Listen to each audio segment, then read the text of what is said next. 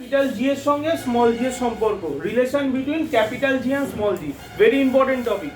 First একটা কথা বলি, ধরো একটা যে কোনো বডি আছে, যে কোনো একটা বডি, সেই বডিটার মাস মনে করো স্মল এম। একটা বডি, আমি একটা বস্তুকে কনসিডার করলাম, একটা বডিকে আমি কনসিডার করলাম যার মাস কত আছে, স্মল এম আছে। ভালো কথা।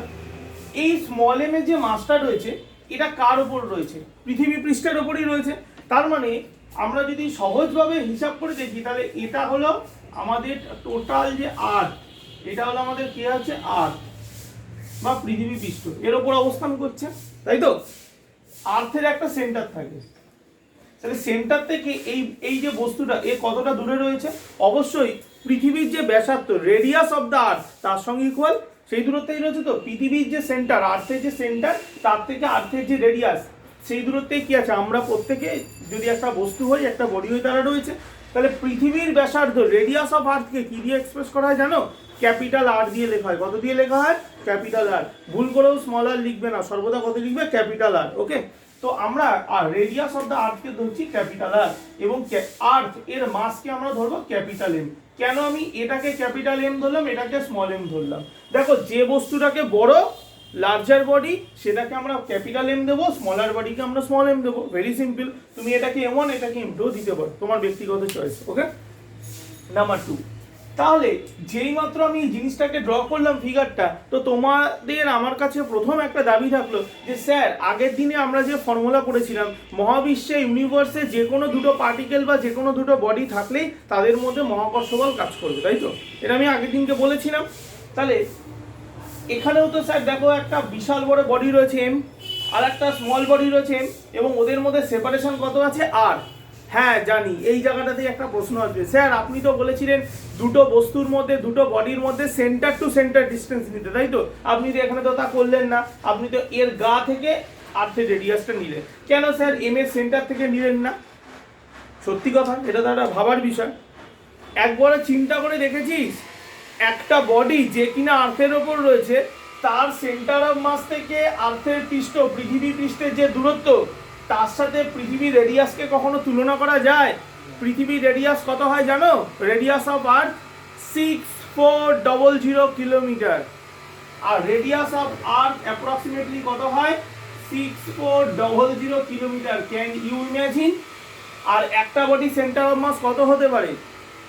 একটা বডি সেন্টার অফ মাসের পজিশন কত হতে পারে? আমরা যদি নর্মাল যে কোনো একটা বডি নিই, কত হতে পারে? 10 metre, 20 metre, 1 kilometre maximum. 1 kilometre radius, can you imagine? বিশাল বড় ব্যাপার, হয়ই না। 10 মিটার, 20, 100 মিটার, 500 মিটার, এর চেয়ে বেশি তো হবে না। তাহলে 6400 এর মধ্যে আমরা যদি 10 মিটার, 20 মিটারকে অ্যাড করি, করা না করা তো সমানই হয়। সমুদ্রে গিয়ে 1 বালতি জল ঢেলে দেওয়া, আর সমুদ্র থেকে 50 বালতি জল তুলে নিয়ে আসা, দুটো মানে তো একই। জলের লেভেলের কি কোনো চেঞ্জ হবে? চেঞ্জ হবে না।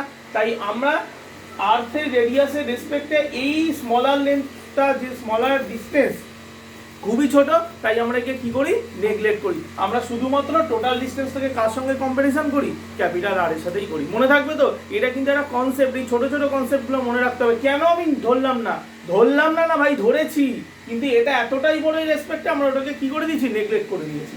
তাহলে অ্যাপ্রক্সিমেটলি ডিস্টেন্স আর, তা তোমাদের মনে প্রশ্ন হবে, স্যার তাহলে দুটো পার্টিকেল বা দুটো বডি রয়েছে, যাদের ইন বিটুইন ডিস্টেন্স কত রয়েছে, ক্যাপিটাল আর, তাহলে তাদের মধ্যে ডেফিনেটলি স্যার একটা গ্র্যাভিটেশনাল ফোর্স, মহাকর্ষ বল কাজ করবে, তাই তো? তো আমরা অবশ্যই কাজ করবে, এবং মহাকর্ষ বলের ফর্মুলা আমরা এবার একটুখানি লিখবো। তাহলে এই দুটো বস্তুর মধ্যে মহাকর্ষ বল, যেটাকে আমরা বলবো মহাকর্ষ বল, বা যেটাকে আমরা বলছি গ্র্যাভিটেশন ফোর্স, গ্র্যাভিটেশন ফোর্স কত হবে? আমরা জানি formula Gmm/r² must be capital G. So এটা কত হচ্ছে, এফ অফ ক্যাপিটাল জি দিলাম ইকুয়াল টু ক্যাপিটাল জি বড় এম ছোট M by capital R square. দেখো এটাই হবে তো? কারোর কি কোনো দ্বিমত আছে? এটাই ফর্মুলা হবে গত দিনের ফর্মুলা অনুযায়ী। এটা তো বুঝলাম।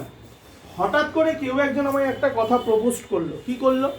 যে স্যার এসব আপনি কি বলছেন, আমরা তো ছোট থেকে পড়ে আসি, আমরা পৃথিবী পৃষ্ঠে আর্থ সারফেসের উপর আমরা দাঁড়িয়ে রয়েছি, পৃথিবী আমাদেরকে কি দিয়ে টানে? অভিকর্ষ বলের সাহায্যে টানে, তাই তো? অ্যাক্সিলারেশন ডিউ টু গ্র্যাভিটি, তার সাথে আমাদের মাসকে গুণ করি, তাহলে আমরা কি পাবো, আমাদের ওয়েট অফ দ্য বডি, আমাদের বডির ওয়েটটা পাবো, ওজন পাবো। সেই ওজনটাই হলো পৃথিবী আমাদেরকে টানে। পৃথিবী আমাদের খুব ভালোবাসে, তাই একটা ফোর্স দিয়ে সবসময় টেনে রাখে, বাইরে যেতে দেয় না। তা কত ফোর্স দিয়ে টানে? অবশ্যই আমাদের ওয়েট যেটা m × g, সেই ফোর্সে অলওয়েজ অ্যাট্রাক্ট করে রাখে। তার মানে এখানে তো সত্যি কথা, আমাদের মাস কত m, আর পৃথিবী আমাদেরকে কত ওয়েটে টেনে রাখছে, কত ফোর্সে টেনে রাখছে, আমাদের বডি ওয়েট mg সঙ্গে। তাহলে আমাদের নেক্সট হতে পারে যে অভিকর্ষজ বল,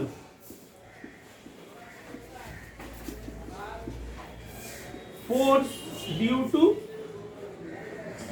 আর্থ গ্র্যাভিটি, তাই তো? Force due to earth gravity, বা যেটাকে আমরা অভিকর্ষজ বল বলি। সো কল্ড আমাদের ওজন যেটা, ওয়েট অফ দ্য বডি, আর এটাকে আমরা কি লিখতে পারি, weight of the body, weight of body, বা বাংলায় বলছি আমরা বস্তুর ওজন। এটা বলতে পারি তো, নাকি পারি না? তা বস্তুর ওজন কত হবে রে? তাহলে এফ, এটাকে আমরা স্মল জি দিই, আর্থ টানছে, বা তুমি এটাকে মনে মনে এফ অফ আর্থ লিখে রাখতে পারো, ইকুয়াল টু কত হবে, মাস ইনটু জি। হবে কি হবে না, আমাকে একটু উত্তর দাও তো ভাই। m × g হবে তো? তার মানে এই বডিটা mg ফোর্স দিয়ে টেনে রয়েছে, এটা আমরা জানি। কিন্তু এখন গ্র্যাভিটেশন চ্যাপ্টার, মহাকর্ষ চ্যাপ্টার আমাদের বলছে এই দুটোর মধ্যে কে কাজ করছে, মহাকর্ষ বল। তাহলে লজিক্যালি যদি ভাবি, ভাই দুটো জিনিসই তো ইকুয়াল। মহাকর্ষ বল বা গ্র্যাভিটেশনাল ফোর্সটাই তো অরিজিনাল, সেই ফোর্সটারই একটা রূপ, এটা কি m × g। তার মানে দুটো, একটা বডিকে তো দুটো ফোর্স কখনো টেনে রাখতে পারে না, একই জিনিসের সাথে একই জিনিসের দু রকম ফোর্স তো হয় না, একটাই সিমিলার ফোর্স হয়। তার মানে gravitational force must be equal to force of the আর্থ, যেটা দিয়ে কিনা আমাদেরকেও টেনে রেখেছে। মনে থাকবে কথাটা? তাহলে যাই গ্র্যাভিটেশনাল ফোর্স, তাই আর্থের সঙ্গে বডিটার কি হবে, অভিকর্ষজ ফোর্স, বা যেটাকে আমরা বলছি force due to earth gravity. মনে থাকবে তো কথাটা? তার মানে অ্যাকর্ডিং টু আওয়ার কন্ডিশন আমরা দুটো জিনিস ডিরাইভ করলাম কি, তাহলে মহাকর্ষ বল বা gravitational force must be equal to force due to earth gravity. মনে থাকবে দুটো অলওয়েজ ইকুয়াল হবে। এবার তুমি দুটোর ভ্যালু বসাও, কত হচ্ছে দেখো। এই জিনিসটা কি আসছে? হ্যাঁ বাবু, স্মল এম ক্যান্সেল হয়ে গেল তো। তার মানে আলটিমেটলি পড়ে থাকছে small G equal to capital G M by R square. থাকছে, হ্যাঁ কি না বলো? এই রিলেশনটাকে একদম জলের মতো আমাদের তৈরি করে রাখতে হবে, কারণ এটাই পরবর্তী সমস্ত জায়গাতে আমাদের কাজে লাগবে। ভালো করে লক্ষ্য করো, স্মল জি মানে capital G M by R square. আমরা যদি একটা লাইন এক্সট্রা করি, এই আর স্কোয়ারটাকে মেরিতে ক্রস গুণ করে দিতে পারি। গুণ করে দিলে কত থাকবে বলো তো? Capital G M equal to small G into R square থাকবে তো, বলো? এই দুটো ফর্মুলাকে আমাদের একদম গ্রিপে রাখতে হবে। পুরো চ্যাপ্টারের 90% জায়গায় এই ফর্মুলাটা ডমিনেশন আছে, ডমিনেট করবে এই ফর্মুলাটাই। ওকে, আমরা দেখবো পরপর এই ফর্মুলাটা কাজে লাগবে। যেখানেই আমরা ক্যাপিটাল জি এম পাবো, আমরা কত রিপ্লেস করতে পারবো? Small G R square. অবশ্যই মাথায় রাখবে, এটা আর্থ বা পৃথিবীর ক্ষেত্রেই, অন্য কারোর ক্ষেত্রে আবার লাগাতে যাও না, গন্ডগোল হয়ে যাবে। মনে থাকবে কথাটা কি বললাম? তাহলে আমরা এখানে কি পেলাম দেখো, স্মল জি আর ক্যাপিটাল জি এর মধ্যে একটা রিলেশন পেলাম। এবং ফ্র্যাঙ্কলি স্পিকিং এখানে একটা কথা বোঝা যাচ্ছে যে পৃথিবীর যে অভিকর্ষজ ত্বরণ, অ্যাক্সিলারেশন ডিউ টু আর্থ যেটা স্মল জি, এটা কার উপর ডিপেন্ড করে? হ্যাঁ অবশ্যই মাস অফ দ্য আর্থ আর গ্র্যাভিটেশনাল কনস্ট্যান্টের উপর তো ডিপেন্ড করে, কিন্তু আমরা ভুল করছি। Because mass of the earth তো কনস্ট্যান্ট, পৃথিবীর ভর constant, capital G gravitational constant বা মহাকর্ষ ধ্রুবক অলওয়েজই কনস্ট্যান্ট। তার মানে এই দুটো তো কনস্ট্যান্ট। হ্যাঁ, তাহলে চেঞ্জ কে হতে পারে? আর এবার আমার সাথে তর্ক জুড়ে দিতে স্যার ভুলভাল বলে, রেডিয়াস অফ দ্য আর্থ কি কখনো চেঞ্জ হয়? পৃথিবীর ব্যাসার্ধ চেঞ্জ হতে পারে না? পৃথিবীর ব্যাসার্ধ চেঞ্জ হতে পারে আমি বলিনি ভাই, এত রাগারাগির দরকার নেই। তুমি ভুলে যেও না, এই আর্টটা কিন্তু তুমি অ্যাপ্রক্স ডিস্টেন্স নিয়েছিলে। এই আর্টটা অ্যাকচুয়ালি কি, এই বডিটার থেকে এই বডিটার মধ্যে ডিস্টেন্সটা ছিল। এটা ছোট বলে তুমি ওকে হাঁটিয়ে দিয়েছো, কিন্তু ছোটটা তো একসময় বড় হতে পারে, তাই তো? ছোট বাচ্চাদের কথা ধরবো না, কিন্তু সে যখন বড় হবে তার কথা ধরতে হবে। তাহলে এই বডিটা এখানে না থাকে, যদি অনেকটা উপরের দিকে থাকে, তখন তো তোমার ডিস্টেন্সটা কাউন্ট হবে। তার মানে সোজা কথা বোঝা গেল, স্মল জি অর্থাৎ পৃথিবীর যে অভিকর্ষজ ত্বরণ, অ্যাক্সিলারেশন ডিউ টু আর্থ, অবশ্যই কার উপর ডিপেন্ড করবে? Height from the surface. Earth সারফেসের থেকে কতটা উচ্চতায় বস্তুটা রয়েছে তার উপর কিন্তু ডিপেন্ড করবে। মনে থাকবে? অর্থাৎ পৃথিবী পৃষ্ঠ আর্থ সারফেসে বডি থাকলে এটা হবে, কিন্তু আর্থ সারফেস থেকে যখনই ওপরের দিকে উঠবে, পৃথিবী পৃষ্ঠ থেকে যখনই একটু ওপরের দিকে থাকবে, তখন তো ডিস্টেন্সটা মেজারেবল হবে, তখন কিন্তু ডিস্টেন্সের উপর ডিপেন্ড করবে। কিরম ডিপেন্ড করবে? দেখ, ব্যস্তানুপাতিক সম্পর্ক আছে কার সাথে? স্কোয়ারের সাথে। ইনভার্স স্কোয়ারের সাথে প্রপোর্শনাল, তাই তো? জি প্রপোর্শনাল টু 1/R স্কোয়ার। তার মানে আর এর ভ্যালু মানে হাইটটা যত বাড়বে জি এর ভ্যালু কি হবে? ধীরে ধীরে কমে যাবে। আমরা আসবো ইন ডিটেলে। Concept clear? তাহলে এই জিনিসটা আমাদের মনে রাখতে হবে, স্মল জি মানে capital GM by R square, এবং ক্যাপিটাল GM থাকলে ফর আর্থ আমরা আমাদের প্রয়োজন খাতিরে স্মল জি আর স্কোয়ার দিয়ে রিপ্লেস করতে পারবো। ক্লিয়ার? একদম যেন মাথায় থাকে, নোট করে নাও এটা। তো আমরা আর্থ সম্বন্ধে বা আমাদের নিজেদের যে পৃথিবী ওন আর্থ তার সম্বন্ধে কয়েকটা ইম্পর্টেন্ট ইনফরমেশন শেয়ার করবো। কি দেখো, পৃথিবীর ভর মাস অফ দ্য আর্থ তাকে ক্যাপিটাল এম দিয়ে রিপ্রেজেন্ট করা, এটা বলে দিয়েছি। ক্যাপিটাল আর দিয়ে লেখা হয় পৃথিবীর ব্যাসার্ধ বা রেডিয়াস অফ দ্য আর্থ লেখা হয়। তো আমরা একটা স্ট্যান্ডার্ড ইনফরমেশন জানি যে পৃথিবীর যে ব্যাসার্ধ, যেটাকে আমরা রেডিয়াস অফ আর্থ বলি, রেডিয়াস অফ আর্থ বা যেটাকে আমরা বলছি পৃথিবীর ব্যাসার্ধ, পৃথিবীর ব্যাসার্ধ এটা কত হয় অ্যাপ্রক্সিমেটলি? এর ভ্যালু বলে দিলাম 6400 কিলোমিটার।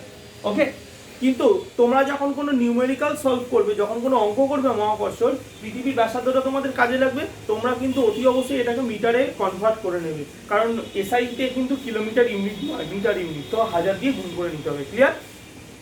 এখন পৃথিবীর মাসকে আমরা কত ধরলাম? Capital M, mass of the earth, যেটাকে আমরা পৃথিবীর ভর বলছি। তাহলে এম কে বলছি আমরা কি? পৃথিবীর ভর,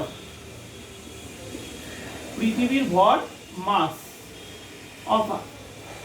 আচ্ছা একটা কথা বলো তো, আমাদের নিজেদের পৃথিবীকে সবচেয়ে কমন কার মতন দেখতে? হ্যাঁ জানি উত্তরে অনেক কিছু তোমরা জানো, পৃথিবীকে পৃথিবীর মতন দেখতে, কমলা লেবু, আপেল, বেদানা অনেক কিছুর মতন দেখতে হতে পারে, কিন্তু আমরা সহজলভ্যের জন্য কি হিসাবে নিই? একটা স্পিয়ার বা একটা গোলকের আকৃতি নিই। তাহলে গোলক কি? একটা স্ফেরিক্যাল বডি। তাহলে যে কোনো যদি গোলক আকৃতি পৃথিবী হয় তাহলে তার কি থাকবে? একটা আয়তন থাকবে তো, কারণ আয়তন মানে তার রেডিয়াস আছে। তাহলে গোলকের আয়তনের ফর্মুলা কি?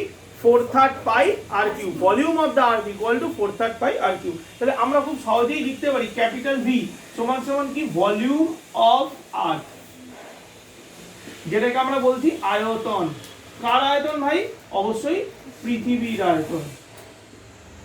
ওকে, তাহলে ভি এর ভ্যালু কত হবে বাবু? 4/3 of pi into capital R cube হবে তো।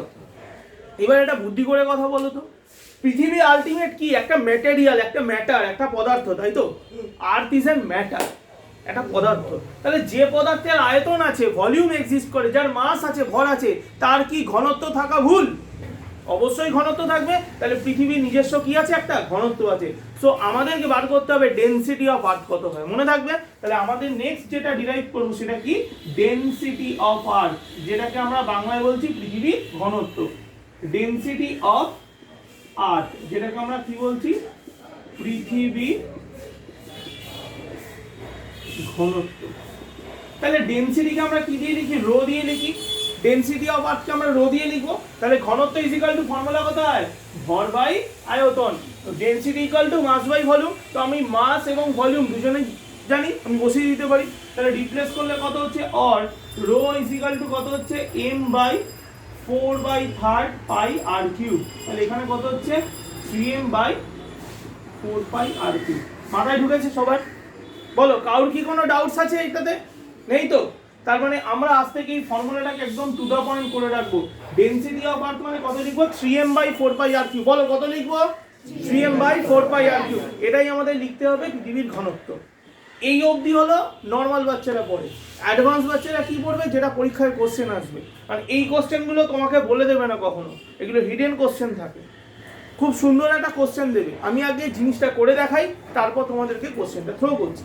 আচ্ছা, এই মাত্র একটা রিলেশন কি আমরা পেয়েছিলাম? দেখো তো, capital GM equal to small G R square. এই রিলেশনটা আমরা আগেরটাই ডিরাইভ করেছিলাম।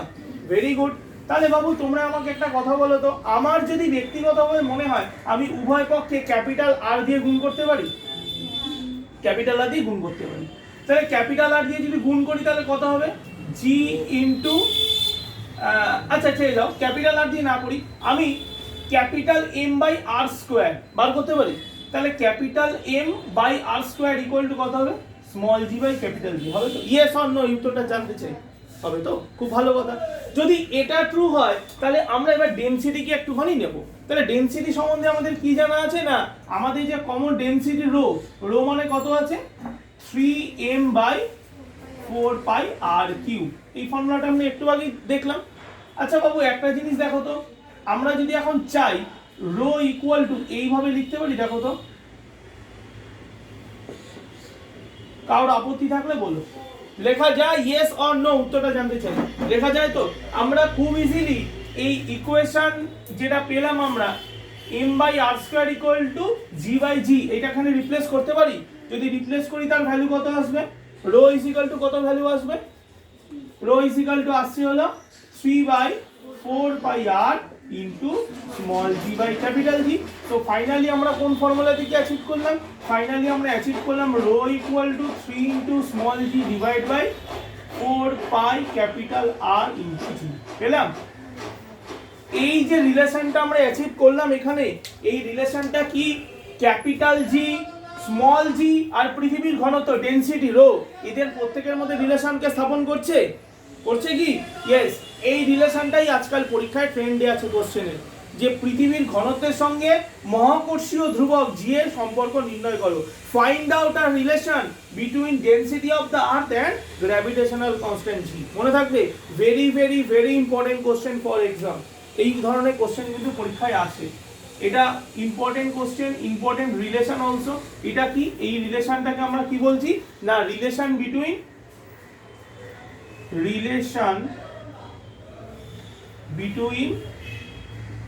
Rho small g and capital G। Rho small g আর ক্যাপিটাল G এর সম্পর্ক। Okay, this is very much important for your exam.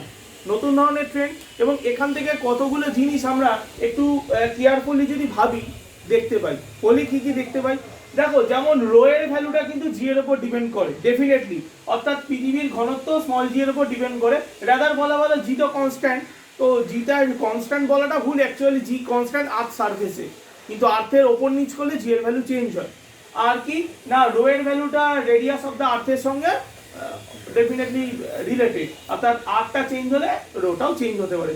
জি তো চেঞ্জ হবে না, জি সর্বজনীন ধ্রুবক, ইউনিভার্সাল কনস্ট্যান্ট। তো 4π আর জি এর কথা ছেড়েই দাও, সি এর কথা ছেড়েই দাও, ঠিক আছে? সো আর এর সঙ্গে কিন্তু ঘনত্ব বা ডেনসিটির একটা সম্পর্ক আছে, অবশ্যই সেটা ব্যস্তানুপাতিক ইনভার্স রিলেশন আছে, ঠিক আছে? তাহলে আমরা কোশ্চেনটা সলভ করতে পারবো তো পরীক্ষায় দিলে? অনেক সময় পরীক্ষায় ফর্মুলাটাই দিয়ে দেবে, প্রুফ করতে ডিরেক্টলি তুলে দেবে, অথবা তোমাকে বলবে রিলেশনটা স্থাপন করতে। আমাদের ওন আর্থের ইনফরমেশনগুলো দিয়ে এটাকে এস্টাবলিশ করতে হবে। Concept clear? নোট করে নাও।